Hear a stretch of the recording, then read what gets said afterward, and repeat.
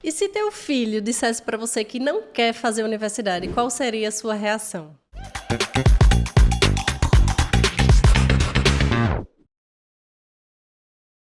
Bom, eu sempre falei abertamente que eu não faço questão alguma que os meus filhos façam universidade, mas eu nunca expliquei claramente por quê. Então, vou contar a minha própria história para justificar isso que eu sempre falo. Bom, então você que já está aí no vídeo, vai conhecer mais minha história, já te digo. Se inscreve aqui no canal e você que está ouvindo, já começa a seguir aí o nosso podcast. Continuando, vamos lá para a história.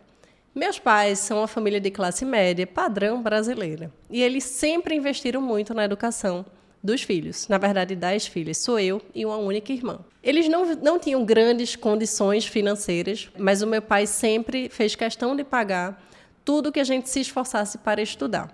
Então, ele colocou a gente em uma instituição particular de ensino, mas que era menos elitizada. E ali, quando eu era 7ª série, mais ou menos, eu fui para uma outra escola particular já mais elitizada. Ali eu comecei a ter uma vivência, uma convivência, na verdade, com outras crianças que tinham uma realidade diferente da minha. Tinham pessoas muito ricas, tinham pessoas com a condição semelhante à minha, mas, de maneira geral, a escola ali era um ambiente de pessoas que tinham uma realidade muito acima da média brasileira. E aí eu falava, pai, mas não tem como eu ganhar mesada ali, porque tanta gente na minha sala ganha mesada e tal. E ele dizia, não, o que é que você faz para ganhar mesada? Você está estudando, é sua obrigação. Aí eu, sim, mas aí o que é que eu vou fazer? Eu queria ter dinheiro. Ele falou, você quer dinheiro, você vai trabalhar. Eu disse, eu topo. E aí, eu vou trabalhar com o quê? Ele pode ir lá no escritório e trabalhar. E o que é que eu vou fazer? Você vai servir cafezinho, abrir a porta, atender o telefone, você pode ajudar em tudo. E eu fui. Então, eu estudava pela manhã, fazia escola de inglês ali 2 vezes por semana. Nos outros 3 dias da semana, eu saía da escola, já almoçava e ia direto para lá trabalhar. E nesses 2 dias, depois da aula de inglês, eu ia para lá. E fazia isso. Atendia, servia café. E aí, nas férias escolares, uma amiga da escola me chamou para ir para a casa dela, em Porto de Galinhas, uma famosa praia aqui, da região de Pernambuco. Na minha casa, no momento do jantar, eu falei, pai, essa amiga me chamou para passar uns dias com ela lá. Ele já conhecia, eu já tinha ido viajar com a família dela. Outras vezes eles conheciam, meus pais conheciam, a mãe, a família dela.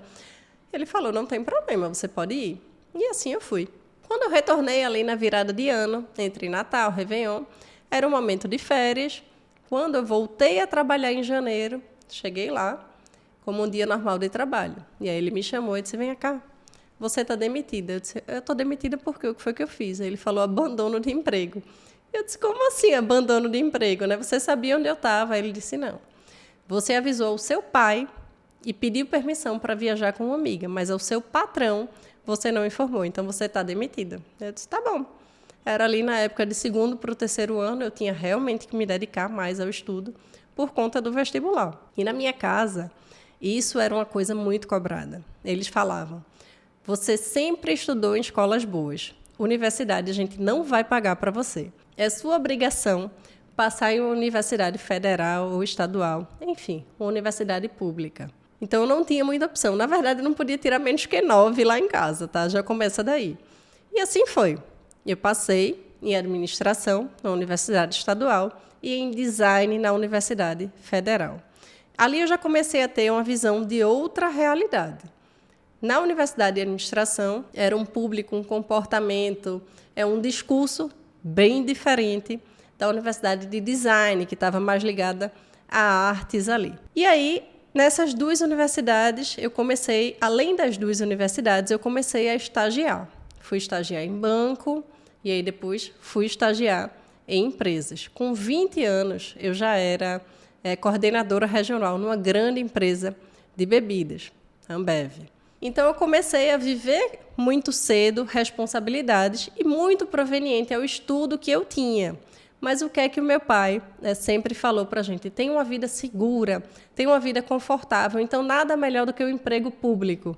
Ok, passei em concurso público, que ele fazia questão de inscrever. Mas quando eu fui chamada para aquele concurso, eu fiz o preparatório, fiz os exames. Quando eu tinha que assumir, eu disse, eu não quero. E ele não podia fazer nada, né? Era eu que ia lá assinar aquilo ali.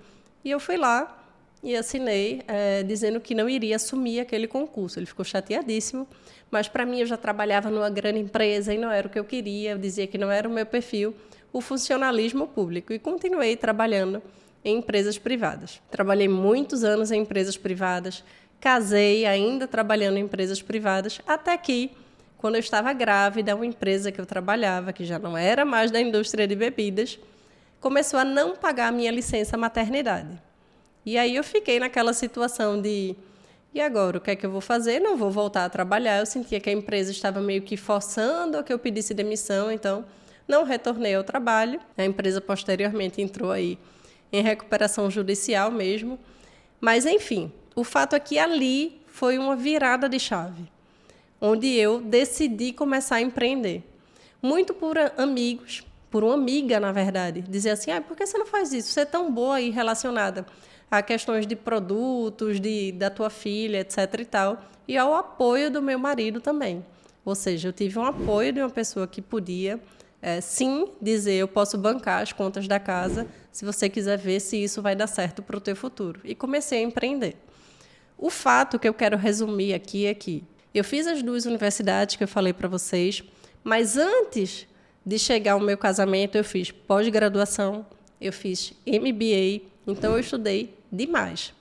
Embora eu tenha assumido grandes cargos em empresas de grande nome, eu era capacitada, eu tinha estudo para assumir aquela responsabilidade. Mas tudo que eu estudei não foi o que me tornou a pessoa que eu sou hoje. O que me tornou a pessoa que eu sou hoje foram os ensinamentos que meu pai e minha mãe me deram ao longo da vida. E o que me fez, na verdade, ser de fato produtiva e sentir que eu estava realizando coisas por outras famílias e, na verdade, tendo essa troca aí de capital, de moeda mesmo, de um lado para o outro, de forma que eu me sentisse produtiva, foi através do empreendedorismo. Quando as pessoas me perguntam se os meus filhos vão fazer universidade, não faço questão nenhuma, porque a base que os meus filhos vão ter estão em casa. A educação brasileira hoje em dia ela está completamente contaminada. Isso vai ser tema de um próximo vídeo, podem ter certeza. Mas desde ali a ditadura militar, que a esquerda assumiu muito o controle da educação brasileira.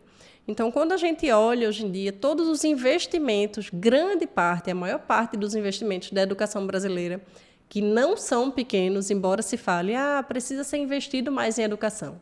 O problema não é esse. O problema é onde esse dinheiro está sendo colocado, que é na universidade, em vez de ser colocado na base, nas creches, no ensino infantil. A educação brasileira, voltada aí, com esses investimentos para a universidade, está trabalhando o quê? Em doutrinação. Para que eu vou querer que minha filha entre em universidade, receba todas aquelas ideias carregadas ali com um viés que não condizem sequer com a realidade da família dela? Ela vai perder o tempo dela fazendo um curso que muitas vezes ela não vai estar usando para o futuro dela. Então, na minha família, a gente preza muito mais pela preparação dos filhos. Desde cedo, quando minha filha dizia assim, vamos jogar com a avó. Vamos jogar aqui no seu ganhava, avó, você me dá R$5. E ela ganha. Ela tem a capacidade de ganhar esse jogo de todo mundo. A avó ia ali e dava. Eu dizia, não, vovó, se eu fizer tal coisa, você me dá R$10. Ela ia ali e dava. Chegou uma hora que ela tinha R$50 na carteira. E ela disse, eu quero muito ir comprar uma boneca. E aí meu marido chamou ela e fez assim, filha, você pode pegar esse dinheiro e comprar uma boneca. Ou a gente pode pegar esse dinheiro, aplicar em um pedacinho da Disney, que era uma ação. Ela, como assim? Não, filha, se você colocar o seu dinheiro aqui, comprar esse pedacinho da Disney, o seu dinheiro, daqui a um tempo, vai gerar mais dinheiro. Então, você vai ter dinheiro para a sua boneca e ainda vai ter mais dinheiro lá guardado. Se você pegar esses R$50 que você tem agora e comprar a boneca, você vai ficar sem dinheiro algum e logo mais aí a boneca vai estar quebrada, ou enfim, já não vai ter mais utilidade. Ela disse, então é melhor eu comprar um pedacinho da Disney. E aí a gente começou a educação financeira dela. Então a gente começou a ensinar a ela o valor das coisas, que ela não pode ter tudo que ela quer, que o esforço dela produtivo vai conseguir gerar riqueza para ela, para a família dela. E sim, a minha filha vai começar a trabalhar comigo em breve. para aprender sobre empreendedorismo, coisa que não é ensinada em escola e que é importantíssimo, porque no empreendedorismo você tem que saber custo, formação de preço, logística, várias coisas que estão relacionadas aí com, de fato, geração de riqueza, envolve muitas noções econômicas que hoje em dia não está no currículo escolar brasileiro. A gente preza muito mais pela capacitação dos nossos filhos através da nossa história, do nosso conhecimento, do que a universidade e o ensinamento, tendo ensinamentos aí que ela não vai usar no futuro dela. Então, o que eu quis dizer, na verdade, com esse vídeo, contando um pouco da minha história, é que, já imaginou quanto tempo eu poderia ter sido mais produtiva, mais feliz, inclusive, se talvez tivesse sido observado pelos meus pais que eu fosse valorizar uma coisa diferente do que eles almejavam para mim. Se eu fosse seguir aí o grande desejo deles, eu estaria lá no funcionalismo público até hoje. Mas, com certeza, eu não estaria satisfeita. E isso também, na verdade, te leva a refletir que o que é que você ensina e passa para o teu filho na tua casa?